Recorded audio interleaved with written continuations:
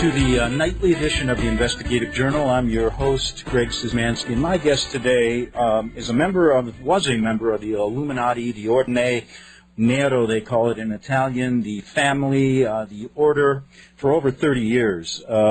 She left 10 years ago, has a story to tell that will put chills right through your body.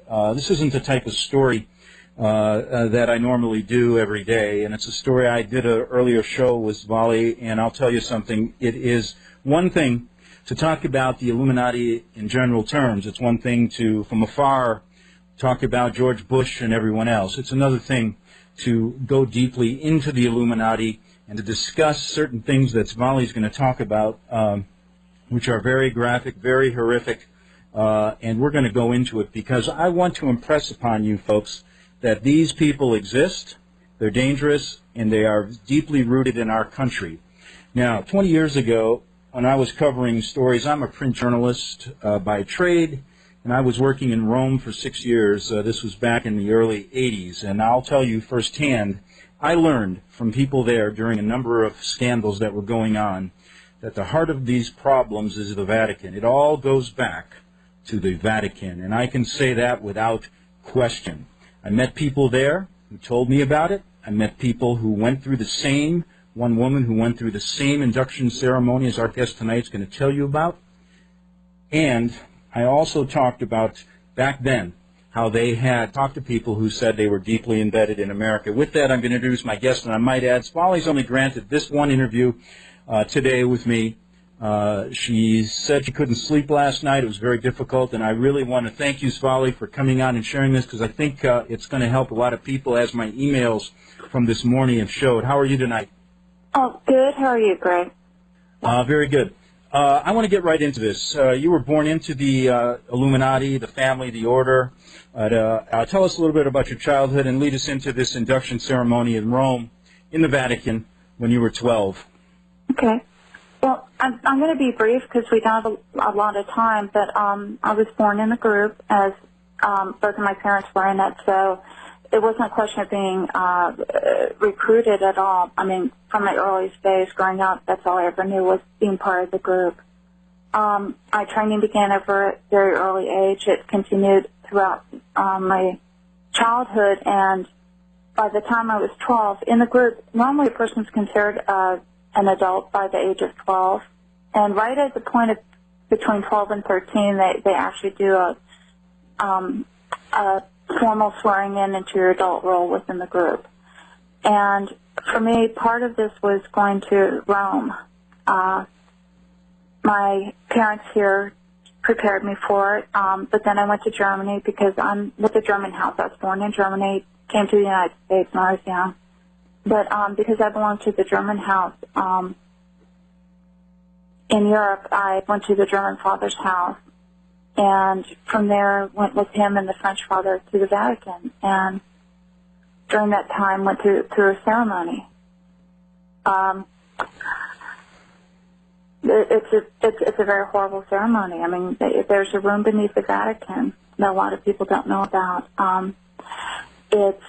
You go below the basement level there, and I remember going down the stairs, and there's a room there, and it's a round room, and there's 13 catacombs that lead into the room, chambers, and they had taken a mummified figure from inside the catacombs and placed them beside each of the openings in the room, and they told me at the time that the spirits of the departed fathers were watching over the ceremony because they really believe that their roots go back to Rome and even pre-Roman times. They then held a ceremony, and there was a gold pentagram on the floor, but above the pentagram there was a black stone table. And stay close to your phone, Sally, okay? Oh, yes. Okay. Well, there was above the pentagram there was a black stone table, and it was made of a shiny stone, and there were gold, like at the end there were like little, I know you call it like little channels to collect fluid on each corner, and they were made of gold. And during the ceremony, they sacrificed the little boy, and after that, the man, he was dressed in scarlet robes, went to he moved to the center, actually to the side of the room, to the side of the table, and I had to go forward and kiss his ring, kneel before him and kiss his ring and swear my undying loyalty to the world order. And now, stay close to the phone. Who was with you now in this when you were going through this ceremony? The French father, he represented the French house. The German father, he represented the German house. There were some other adults there too. Some were Catholic Church officials, and there were 2 other children as well who went through the ceremony. And you said there were 3 adults? There's more than 3 adults. There was probably about, I'd say, 9 adults in the room with us total. Now, what did they say to you after? I mean, what was going through your mind when they were sacrificing this child? I mean, just tell us, can you remember back to what you were feeling? Well, I was terrified. I mean, I was absolutely terrified. This is one of the most terrifying things a person can go through. So I remember just thinking, I can't wait till it's over. I can't wait till it's over. I can't wait to get, it was like inside I kept, it's almost like you internally just talk to yourself or through it, like, I hope it's over soon, I hope it's over soon, I hope it's over soon. Now, you're looking back now, what do you think what's the purpose of this? I think it's to instill terror in people, because after the ceremony was over, the man conducting it said, may the same occur to you, or worse, should you ever break this oath. And at the time, I was so terrified that the thought of ever breaking that oath never even occurred to me, because I believed him. These people are not nice people, and when you go through something like that, it makes you very, not only does it instill quote-unquote loyalty, but instills a lot of terror. Well, like I told you before, when 20 years ago, when I was approached by someone in Rome when I was covering these stories, and they told me a similar story when they were a child, and basically echoed what you're saying about what went on in their ceremony. This woman eventually committed suicide jumping off the Vatican roof. Yeah. And let me tell you something. After that, I began researching this story in depth and found out some incredible things 25 years ago that are basically coming true now in this country. A couple minutes here before the break, now you left this ceremony, you're 12 years old. Tell us who you left with and what happened afterwards then. Well, I left with the German father, and afterwards he praised me. He said, you did well, because I did everything I was supposed to do during the ceremony, and I didn't cry out or anything like that. And then we just went and we stayed at a local house. It was a wealthy person, and we stayed at the house, spent the night, and then we flew back to Germany the next day. And did he tell you anything about how you did or what they expected of you? No, before he had, but he just said you performed well, and he said this will help you rise in the family. Okay, Zvali, just stay right there. We're going to get back. We're talking to Zvali, a member of the Illuminati for many, many years on the Genesis Communication Radio Network. Zvali, it does go back to the Vatican. Tell us about this organization that you learned about. You were a mid-level worker in this programmer, a mind programmer for years. Tell us about this organization that you learned about. Well, I learned about it just by being there and seeing people and talking to people. But basically, like you said, it is very much organized like a large international corporation. In that sense, the headquarters would be Rome, the Vatican, because that's considered the spiritual center of the world for the Illuminati. From there, the power bases go to Europe. There's 12 men.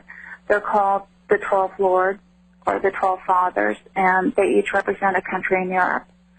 And of those 12, the three ruling, it's a triumvirate, is the UK, France, and Germany, because those are Those are the oldest houses in the Illuminati. It's called the House, the German House, the French House, UK House. From there, America was considered a mission field, and so it was basically in the 1600s the first Illuminists started coming over, and they established their power base in Pittsburgh, Pennsylvania. Now it's considered the spiritual center for the Illuminati, and from there they divided the U.S. as time went on, and as it became developed into 7 regions. The East Coast, but there are 2 huge divisions for the group are the East Coast region, which is east of Mississippi, and the West Coast region, which is west of the Mississippi. Spiritual headquarters for East Coast are Pittsburgh, but the administrative headquarters are in Alexandria, Virginia. On the West Coast, the spiritual headquarters are Portland, Oregon, and the administrative headquarters are San Diego, California. Now, you originally were in Virginia, then you moved to San Diego, correct? Yes. I was first affiliated with Alexandria and then with San Diego. You know, you said that Pittsburgh was, I've heard that too, Pittsburgh, the spiritual capital.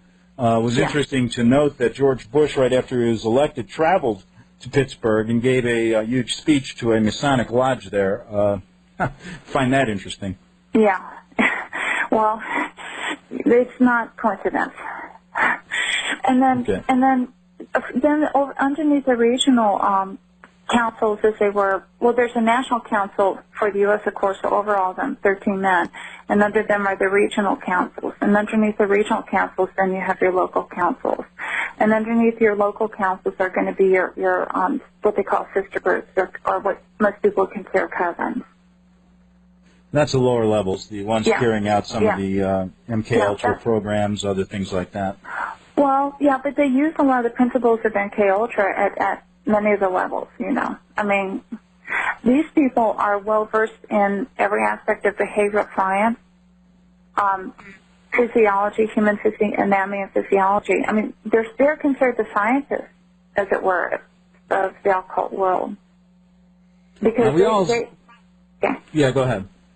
I mean, they study it. They know it. They know it inside out. And they use it and apply it.